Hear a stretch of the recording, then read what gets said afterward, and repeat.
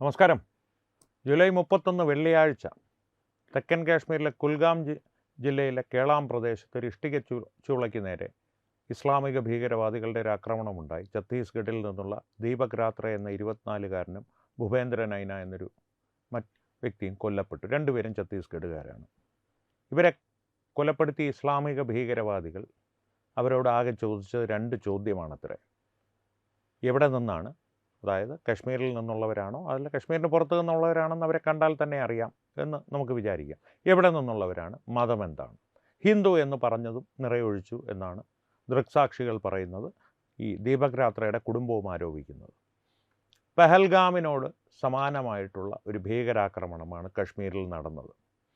ചിന്തിച്ചു നോക്കൂ, വർഷങ്ങളോളം മറ്റ് സംസ്ഥാനങ്ങളിൽ നിന്നുള്ളവർക്ക് കശ്മീർ ഒരു ഭീകരവാദികളുടെ താവളമായ പ്രദേശം മാത്രമായിരുന്നു. പക്ഷേ നരേന്ദ്രമോദി സർക്കാരിൻ്റെ കീഴിൽ കശ്മീരിൽ വികസനം വന്നപ്പോൾ നല്ല ജീവിത സാഹചര്യം ഒരുക്കുവാനുള്ള വരുമാനം തങ്ങൾക്ക് അവിടെ നിന്ന് നേടുവാൻ സാധിക്കും, അവിടെ വികസന പ്രവർത്തനങ്ങൾ നടക്കുന്നുണ്ട് എന്നുള്ള പ്രതീക്ഷയിൽ മറ്റ് സംസ്ഥാനങ്ങളിൽ നിന്നുള്ളവർ ആ പ്രദേശത്തേക്ക് വന്നു തുടങ്ങി. അതിനെതിരെ കൂടിയാണ് ഈ ഒരു ആക്രമണം നടക്കുന്നത്. പക്ഷേ ഇത്തരം ആക്രമണങ്ങൾക്ക് പിന്നിലുള്ള പ്രധാന വികാരം മതം തന്നെയാണ്, മതഭീകരവാദം തന്നെയാണ്, ഇസ്ലാമിക ഭീകരവാദം തന്നെയാണ്. ഇത്തരത്തിലുള്ള ആക്രമണങ്ങൾ ആദ്യമായിട്ടല്ല. 2024 പഞ്ചാബിൽ നിന്നുള്ള 2 തൊഴിലാളികൾ ഇതുപോലെ ഭീകരാക്രമണത്തിൽ കൊല്ലപ്പെട്ടിരുന്നു. പെഹൽഗാം ഭീകരാക്രമണം മറക്കാറായിട്ടില്ല നമുക്ക്.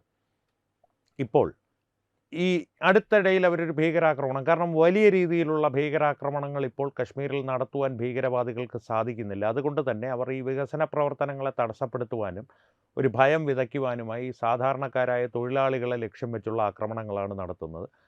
ഓഗസ്റ്റ് 5-ാം തീയതി ആർട്ടിക്കിൾ 370 എടുത്തു കളഞ്ഞതിൻ്റെ വാർഷികം വരികയാണ്. അതൊക്കെ അവരെ വല്ലാതെ അസ്വസ്ഥരാക്കുന്നുണ്ട്. പക്ഷേ അപ്പോഴും പറയുന്നു, അടിസ്ഥാന തത്വം ഈ ആക്രമണങ്ങൾക്ക് പിന്നിലുള്ളത് മതഭ്രാന്ത് തന്നെയാണ്, ഇസ്ലാമിക ഭീകരവാദം തന്നെയാണ്. ഈ ഭീകരവാദത്തിനെ കുറിച്ചുള്ള വാർത്തകൾ ഇങ്ങനെ നിരന്തരം കേട്ടുകൊണ്ടിരിക്കുമ്പോൾ സാധാരണക്കാരായിട്ടുള്ള പ്രേക്ഷകർക്ക് സ്വാഭാവികമായും തോന്നാം, കേന്ദ്ര സർക്കാർ എന്ത് ചെയ്യുന്നു എന്നുള്ളത്. കേന്ദ്ര സർക്കാർ അവിടെ ശക്തമായിട്ടുള്ള രീതിയിലുള്ള സുരക്ഷാ വിന്യാസങ്ങൾ ചെയ്തിട്ടുണ്ട്. സൈന്യം അവരുടേതായിട്ടുള്ള ജോലികൾ ചെയ്യുന്നുണ്ട്. പക്ഷേ ഇവിടെ സൈന്യത്തിൻ്റെയും കേന്ദ്ര സർക്കാരിൻ്റെയും സുരക്ഷാ വിന്യാസങ്ങളെയെല്ലാം ഭേദിക്കുന്ന ഒരു ഘടകമുണ്ട്. അതാണ് നമ്മുടെ വിഷയം ഇന്നത്തേത്. ആ ഘടകം എന്നുള്ളത് പ്രാദേശികമായി ഈ ഭീകരർക്ക് ലഭിക്കുന്ന പിന്തുണയാണ്. ആ പിന്തുണയുടെ കാര്യവും അല്ലെങ്കിൽ ആ പിന്തുണയുടെ പിന്നിലുള്ള ചേതോവികാരവും മതം തന്നെയാണ്. മതം മാത്രമാണ് പ്രശ്നം. അടിസ്ഥാനപരമായിട്ട് ചിന്തിച്ചു നോക്കൂ, കശ്മീരിൽ അല്ലെങ്കിൽ നമ്മുടെ ചുറ്റുവട്ടത്ത് വലിയ വികസനങ്ങൾ വരുന്നു, നമ്മുടെ ജീവിത സാഹചര്യങ്ങൾ മെച്ചപ്പെടുവാനുള്ള ഒരു ഇൻഫ്രാസ്ട്രക്ചർ അവിടെ ഒരുക്കപ്പെടുന്നു, എല്ലാ സൗകര്യങ്ങളും സർക്കാർ ചെയ്തു തരുന്നു. ഇതെല്ലാം ചെയ്യുമ്പോൾ സ്വാഭാവികമായി ഏത് മതക്കാരുമാകട്ടെ അവർ ചിന്തിക്കുന്നത്, ആ സർക്കാരിനോട് രാഷ്ട്രീയമായിട്ട് എതിർപ്പുണ്ടെങ്കിൽ പോലും വികസനം വരട്ടെ, വോട്ട് നമുക്ക് പിന്നെ മാറി ചെയ്യാം, നമുക്ക് നന്ദികേട് കാണിക്കാം, നന്ദികേടല്ലായ്മ, കാരണം സർക്കാരിൻ്റെ കടമയാണ് വികസനം കൊണ്ടുവരിക എന്നുള്ളത്. പിന്നീട് വോട്ട് ചെയ്യുകയോ ചെയ്യാതിരിക്കുകയോ നിങ്ങളുടെ തീരുമാനം, അത് നിങ്ങളുടെ വ്യക്തി സ്വാതന്ത്ര്യമാണ്. അങ്ങനെ വരട്ടെ എന്നുള്ള രീതിയിൽ കഴിയുന്നതും ആ വികസനത്തെ തടസ്സപ്പെടുത്താതിരിക്കുവാനുള്ള എല്ലാ ശ്രമങ്ങളും അവർ ചെയ്യും.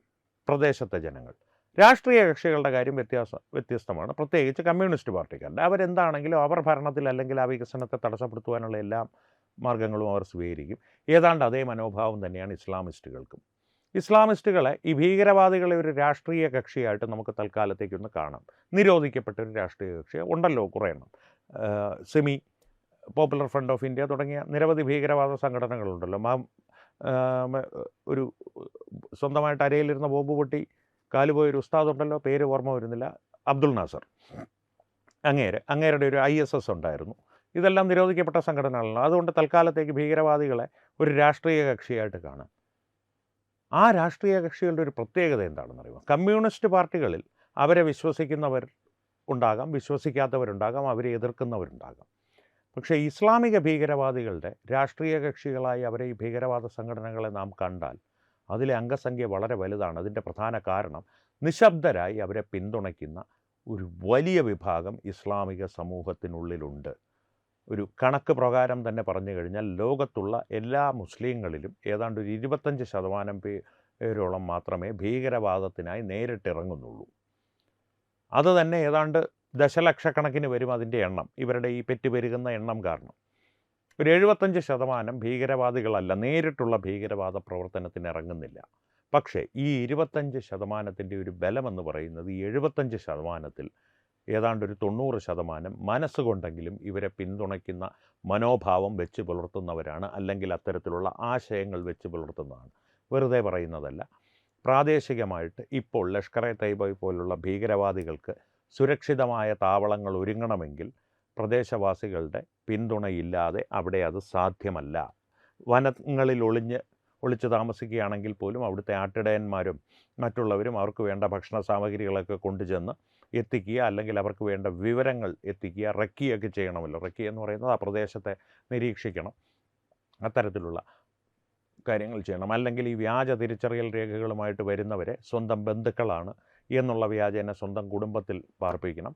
അപൂർവം ചില സംഭവങ്ങളിൽ ഭീഷണിപ്പെടുത്തി അവർ പല കുടുംബങ്ങളിലും കയറി താമസിക്കാറുണ്ട്. അതുതന്നെ വളരെ ചുരുങ്ങിയ കാലത്തേക്ക് വിജയകരമായി നടത്തിക്കൊണ്ടു പോകുവാൻ അവർക്ക് സാധിക്കുകയുള്ളൂ. എങ്ങനെയെങ്കിലും സൈന്യത്തിന് വിവരം ലഭിക്കുകയും സൈന്യം അത് അവരെ വളയുകയും ഒന്നുകിൽ വധിക്കുകയോ അല്ലെങ്കിൽ പിടികൂടുകയോ ചെയ്യും. അത്തരത്തിലുള്ള സംഭവങ്ങൾ അപൂർവമായി ഉണ്ടാകാറുണ്ട്. പക്ഷേ ഭൂരിഭാഗം ഇത്തരം സംഭവങ്ങളിലും നടക്കുന്നത് പ്രദേശവാസികളുടെ ശക്തമായ പിന്തുണ അവർക്ക് ലഭിക്കാറുണ്ട്. പെഹൽഗാം ആക്രമണത്തിൻ്റെ കാര്യത്തിലും ഒരു ഗൈഡ് അയാളുടെ ഒപ്പം ഉണ്ടായിരുന്ന വിനോദസഞ്ചാരികളെ രക്ഷിക്കുവാൻ ശ്രമിക്കുന്നതിനിടയിൽ കൊല്ലപ്പെട്ടു എന്നുള്ളതല്ലാതെ സൈന്യം ആ പ്രദേശത്ത് എത്തിച്ചേരുന്നത് വരെ ഒരു പ്രദേശവാസി പോലും ഈ ആക്രമിക്കപ്പെട്ട നിരപരാധികളുടെ സഹായത്തിന് എത്തിയിരുന്നില്ല എന്നുള്ള വസ്തുത ശ്രദ്ധേയമാണ്. അധികം മുഖ്യധാരാ മാധ്യമങ്ങൾ എടുത്തെടുത്ത് പറയാത്തൊരു കാര്യമാണ്. നിഷ്കളങ്കരായിട്ടുള്ള കശ്മീരികൾ എന്നുള്ളൊരു ആഖ്യാനത്തിന് ഇനി യാതൊരു സ്ഥാനവുമില്ല. കശ്മീരികൾ എന്ന് മാത്രമല്ല, അടിസ്ഥാനപരമായിട്ട് മുസ്ലിം സമൂഹത്തോടു കൂടി തന്നെ നാം ഉറക്കെ പറയേണ്ട ഒരു കാര്യം, നിങ്ങൾ ഈ ഭീകരവാദികളെ പരസ്യമായി തള്ളിപ്പറഞ്ഞാൽ മാത്രം പോരാ, നിങ്ങളുടെ പ്രവൃത്തി കൊണ്ട് ഒറ്റപ്പെടുത്തുക കൂടി ചെയ്തില്ലെങ്കിൽ അതിനോടൊപ്പം തന്നെ അജ്മൽ കസബിനെ പോലുള്ളവർക്ക് നിസ്കരിക്കാനുള്ള ആളുകൾ നിങ്ങളുടെ ഇടയിൽ ഉണ്ടാവുകയാണെങ്കിൽ നിങ്ങളുടെ പണ്ഡിതന്മാർ, മതപണ്ഡിതന്മാർ ഒളിഞ്ഞും തെളിഞ്ഞും ഈ ഭീകരവാദത്തെ ന്യായീകരിക്കുന്ന തരത്തിലുള്ള നിങ്ങളുടെ മതഗ്രന്ഥത്തിലെ കഥകൾ, മദനി പണ്ട് ജോസഫ് മാഷിൻ്റെ കൈവെട്ടിയപ്പോൾ മുഹമ്മദിനെ നിന്ദിച്ച സ്വന്തം അച്ഛൻ്റെ തലവെട്ടിയ മകൻ്റെ കഥ പറഞ്ഞ് ന്യായീകരിച്ചതുപോലെ ന്യായീകരിച്ചു കൊണ്ടിരിക്കുകയാണെങ്കിൽ അടിസ്ഥാനപരമായിട്ട് നിങ്ങളെ സംശയത്തോടെ കാണുന്ന മറ്റൊരു സമൂഹത്തെ, അല്ലെങ്കിൽ ഒരു ഭൂരിഭാഗം ജനങ്ങളെ ഇസ്ലാമോഫോബിയ എന്ന് ഒരു ഉടുക്ക് കൊട്ടി പേടിപ്പിക്കുന്ന കാലമൊക്കെ കഴിഞ്ഞു പോവുകയാണ് എന്നുള്ളത് അവരോട് വ്യക്തമായി തന്നെ പറയേണ്ട കാലമായിരിക്കുന്നു. അതാണ് കുൽഗാമിലെ ഈ ഏറ്റവും പുതിയ ഭീകരാക്രമണം നമ്മോട് വീണ്ടും വീണ്ടും ആവർത്തിച്ച് പറയുന്നത്, പഠിപ്പിക്കുന്നതല്ല. ഈ ഒരു പാഠം ലഭിക്കുവാൻ തുടങ്ങിയിട്ട് ഏറെ കാലമായി. പലപ്പോഴും ഒരു സാമൂഹിക മര്യാദയുടെ പേരിൽ ഇത്തരത്തിലുള്ള കാര്യങ്ങൾ പച്ചയായി തുറന്നു പറയുവാൻ പലരും മടിക്കും. ഞാൻ ദേശീയവാദികളുടെ കാര്യമാണ് പറയുന്നത്. മറുവശത്ത് കമ്മ്യൂണിസ്റ്റുകാരോ കോൺഗ്രസ്സുകാരോ പ്രീണനത്തിൻ്റെ ഭാഗമായി ഇത്തരത്തിലുള്ള വസ്തുതകൾ അറിയാമെങ്കിൽ പോലും അതറിയില്ല എന്ന് ഭാവിക്കും. പക്ഷേ ദേശീയവാദികളോട് പറയാനുള്ളത്, ഇസ്ലാമോഫോബിയ എന്ന നിങ്ങൾക്കൊരു പട്ടം ചാർത്തിത്തരപ്പെടും എന്നുള്ള ഭീതിയിൽ ഇത്തരത്തിലുള്ള വസ്തുതകൾ വിളിച്ചു പറയുവാൻ നിങ്ങൾ മടിക്കരുത്. കാരണം ഈ ഒരു സമൂഹത്തെ തിരുത്തണമെങ്കിൽ അവരെ ചേർത്ത് പിടിച്ചതുകൊണ്ടോ, അല്ലെങ്കിൽ അവർക്ക് വിദ്യാഭ്യാസം നൽകിയതുകൊണ്ടോ, അവരുടെ ജീവിത സാഹചര്യങ്ങൾ മെച്ചപ്പെടുത്തിയതുകൊണ്ടോ മാത്രം ഒരു പ്രയോജനം ഉണ്ടാകാൻ പോകുന്നില്ല എന്നുള്ളതാണ് ഈ തുടരെ ഉണ്ടാകുന്ന ഇത്തരത്തിലുള്ള ഭീകരവാദാക്രമണങ്ങൾ തെളിയിക്കുന്നത്. കാരണം ഇത് മതഭീകരവാദാക്രമണമാണ്. വാസികളുടെ മതത്തോടുള്ള ഒരു അനുഭാവം വെച്ചുള്ള പിന്തുണ മാത്രം കൊണ്ട് സാധ്യമാകുന്ന ഭീകരാക്രമണങ്ങളാണ്. അവയെ തടുക്കണമെങ്കിൽ ആ സമൂഹം തന്നെ വിചാരിക്കണം. ആ സമൂഹം സ്വയമേവ വിചാരിക്കണമെങ്കിൽ വർഷങ്ങളായി, കുഞ്ഞുകാലം മുതൽ അവരുടെ മനസ്സിൽ ഊട്ടിയുറപ്പിക്കപ്പെട്ടിരിക്കുന്ന മതബോധം അവരെ സമൂഹത്തിൽ നിന്ന് ബഹിഷ്കൃതരാക്കും എന്നുള്ളൊരു ചിന്ത അവരുടെ ഉള്ളിൽ ഉണ്ടായേ മതിയാകുകയുള്ളൂ.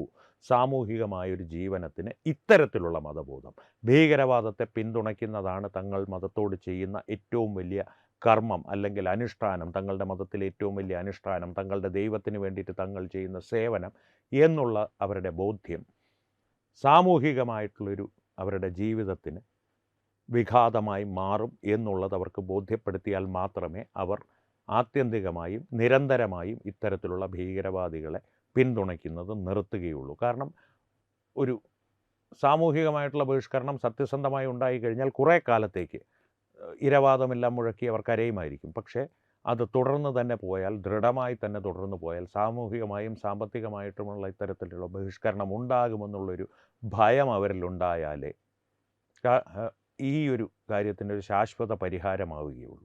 അല്ലെങ്കിൽ ഇതിങ്ങനെ തുടർന്നുകൊണ്ട് തന്നെ ഇരിക്കും. ഒരെണ്ണം കഴിയുമ്പോൾ ഞങ്ങൾ നന്നായി എന്നവർ വന്ന് പറഞ്ഞാൽ നമ്മളത് വിശ്വസിച്ചു എന്നുള്ള രീതിയിൽ പെരുമാറുന്നു. അത് സാമൂഹ്യ മര്യാദയുടെ പേരിലാണ്. കാരണം ഉള്ളിൻ്റെ ഉള്ളിൽ നമുക്കറിയാം ഇവർ ഇനി അടുത്തൊരവസരം ലഭിക്കുമ്പോൾ ഇവർ വീണ്ടും ഇത്തരത്തിലുള്ള പിന്തുണ ഭീകരവാദികൾക്ക് നൽകുമെന്നുള്ളത്. പക്ഷേ നിരന്തരമായിട്ടുള്ള ശാശ്വതമായിട്ടുള്ളൊരു പരിഹാരം ഈ വിഷയത്തിൽ ഉണ്ടാകണമെങ്കിൽ ഇവരെയെല്ലാം ഒന്നോടെ ഇല്ലാതാക്കുക എന്നുള്ളത് ഒരു പരിഹാരമേ അല്ല, അതൊരു സാധ്യമായ കാര്യമേ അല്ല. പക്ഷേ പലപ്പോഴും നമുക്ക് തോന്നാറുണ്ട് ഇതിനെ മുഴുവൻ അങ്ങ് ഇല്ലാതാക്കിയാൽ ഇതിൻ്റെ ഒരു ശാശ്വത പരിഹാരമാകില്ല, അത് വലിയൊരു ആഭ്യന്തര യുദ്ധത്തിലേക്ക് കാര്യങ്ങൾ കൊണ്ടെത്തുകയുള്ളൂ. പക്ഷേ സാമൂഹികമായും സാമ്പത്തികമായും ഇവരെ ബഹിഷ്കരിക്കുന്നതിൽ നിന്ന് നിങ്ങളെ വ്യക്തിപരമായി ആരും തടയുവാൻ പോകുന്നില്ല. നിയമപരമായിട്ട് നിങ്ങളെ ഒന്നും ചെയ്യുവാൻ സാധിക്കില്ല. ഞാൻ ചെയ്യുന്നില്ല, ഞാൻ അവരോട് സഹകരിക്കുന്നില്ല, ഇങ്ങനൊരു മനോഭാവം അവർ വെച്ച് പുലർത്തുന്നു എന്ന് എനിക്ക് തോന്നുന്നിടത്തോളം കാലം ഞാൻ അവരോട് സഹകരിക്കുന്നില്ല എന്ന് ഒരു വ്യക്തി തീരുമാനമെടുത്താൽ അതൊരു സമൂഹത്തിൻ്റെ തീരുമാനമായി തന്നെ വളർന്നു വരും. നിങ്ങൾ പ്രിയപ്പെട്ടവരോട് പറയുക, ഞാൻ ഇങ്ങനെയാണ് ചെയ്യുന്നത്, നിങ്ങൾക്ക് നിങ്ങളുടെ ഇഷ്ടമനുസരിച്ച് ചെയ്യാം, പക്ഷേ എൻ്റെ ഒരു കാഴ്ചപ്പാടിൽ ഇങ്ങനെയുള്ളൊരു ഗുണങ്ങളുണ്ട് ഇത്തരത്തിൽ ഞാൻ ഒരു ബഹിഷ്കരണം നടത്തുന്നത് കൊണ്ട്. ബഹിഷ്കരണം നടത്താത്തത് കൊണ്ട് ഇങ്ങനെയുള്ള ദോഷങ്ങളുമുണ്ട്. ഈ ഭീകരവാദാക്രമണങ്ങൾ, ഇസ്ലാമിക ഭീകരവാദാക്രമണങ്ങൾ നിലയ്ക്കുവാനും പോകുന്നില്ല. ഈ ഒരു സന്ദേശം കൃത്യമായി നമ്മുടെ സമൂഹത്തിൽ, ഈ ഒരു ഭീകരവാദികളെ പിന്തുണയ്ക്കുന്ന സമൂഹത്തിൽ നിന്ന് വേറിട്ട് നിൽക്കുന്ന സമൂഹത്തിൽ പ്രചരിപ്പിച്ചേ മതിയാകൂ എന്നുള്ളതാണ് എൻ്റെ വ്യക്തിപരമായിട്ടുള്ള അഭിപ്രായം. ഈ വിഷയത്തിൽ പ്രേക്ഷകരുടെ അഭിപ്രായങ്ങൾ എന്താണെന്ന് തീർച്ചയായും കമൻറ്റുകളിലൂടെ ഞങ്ങളുമായി പങ്കുവയ്ക്കുക. ഒപ്പം ഈ വീഡിയോ ലൈക്ക് ചെയ്യുക, പരമാവധി ആളുകളിലേക്ക് ഈ വീഡിയോ എത്തിക്കാനായി ഷെയർ ചെയ്യുക. ഏറ്റവും പ്രധാനപ്പെട്ട കാര്യം, തത്വമയി ന്യൂസിൻ്റെ യൂട്യൂബ് ചാനൽ നിങ്ങൾ സബ്സ്ക്രൈബ് ചെയ്തിട്ടുണ്ടെന്ന് ഉറപ്പുവരുത്തുക. അപ്പോൾ ഈ വിഷയത്തിലും മറ്റു വിഷയങ്ങളിലും സംവാദങ്ങൾ തുടരട്ടെ. വീണ്ടും കാണാം. നന്ദി, നമസ്കാരം. HIV അണുബാധ സന്തോഷപൂർണമായ ഒരു ജീവിതത്തിന് തടസ്സമല്ല. HIV അണുബാധയ്ക്ക് ഫലപ്രദമായ ചികിത്സ ഇന്ന് ലഭ്യമാണ്. ഇതിന് യഥാസമയം അണുബാധ കണ്ടെത്തുന്നതും കാലേക്കൂട്ടി ചികിത്സ നടത്തേണ്ടതും അത്യാവശ്യമാണ്. സൗജന്യമായ ചികിത്സയും മാർഗനിർദ്ദേശങ്ങളും സർക്കാർ ആശുപത്രികളിലെ ART അഥവാ ഉഷസ് കേന്ദ്രങ്ങളിൽ ലഭ്യമാണ്. ആരോഗ്യ സംരക്ഷണം ഓരോരുത്തരുടെയും ഉത്തരവാദിത്തമാണ്.